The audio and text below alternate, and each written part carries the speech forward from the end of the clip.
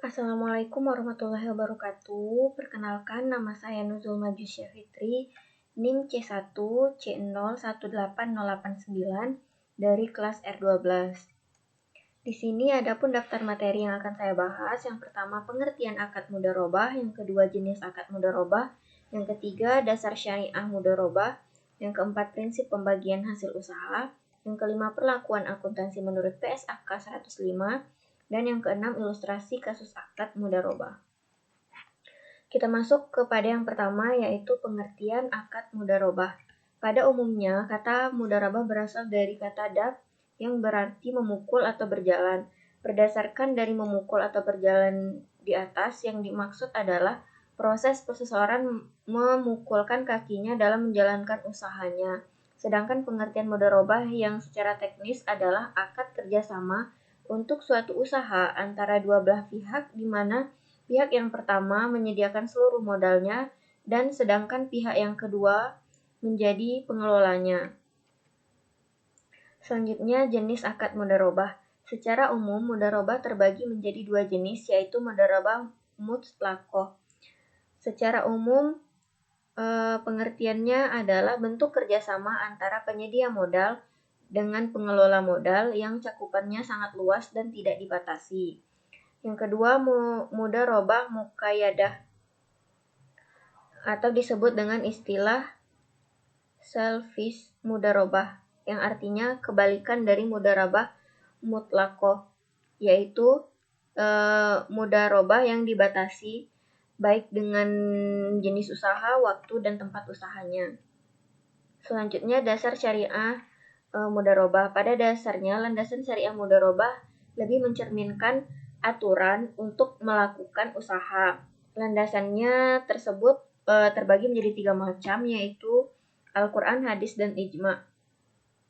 Al-Quran menurut Al-Muzammil ayat 20, yaitu dan yang artinya, dan dari orang-orang yang berjalan di muka bumi mencari sebagian karunia Allah Subhanahu wa taala.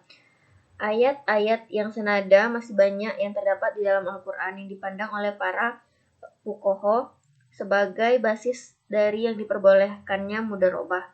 Selanjutnya, Al-Hadis. Menurut Al-Hadis Tarbani, diriwayatkan dari Ibnu Abbas bahwa Sayyidina Abbas bin Abdul Muthalib jika memberikan dana ke mitra usahanya secara mudharabah, ia mensyaratkan agar dananya tidak dibawa mengarungi lautan, menuruni lembah yang berbahaya, atau membeli ternak. Jika menyalahi peraturan tersebut, yang bersangkutan bertanggung jawab atas dana tersebut. Disampaikanlah syarat-syarat tersebut kepada Rasulullah, dan Rasulullah pun memperbolehkannya. Selanjutnya, ijma'. Ijma' itu menurut Imam Zailai telah menyatakan bahwa para sahabat telah berkonsensus terhadap legitimasi pengolahan harta yatim secara mudharabah. Prinsip pembagian hasil usaha. Pengertian bagi hasil. Sistem bagi hasil merupakan sistem di mana dilakukannya perjanjian atau ikatan bersama di dalam melakukan kegiatan usaha. Metode bagi hasil dibagi menjadi dua, yaitu bagi untung dan bagi hasil. Yang kedua, konsep bagi hasil.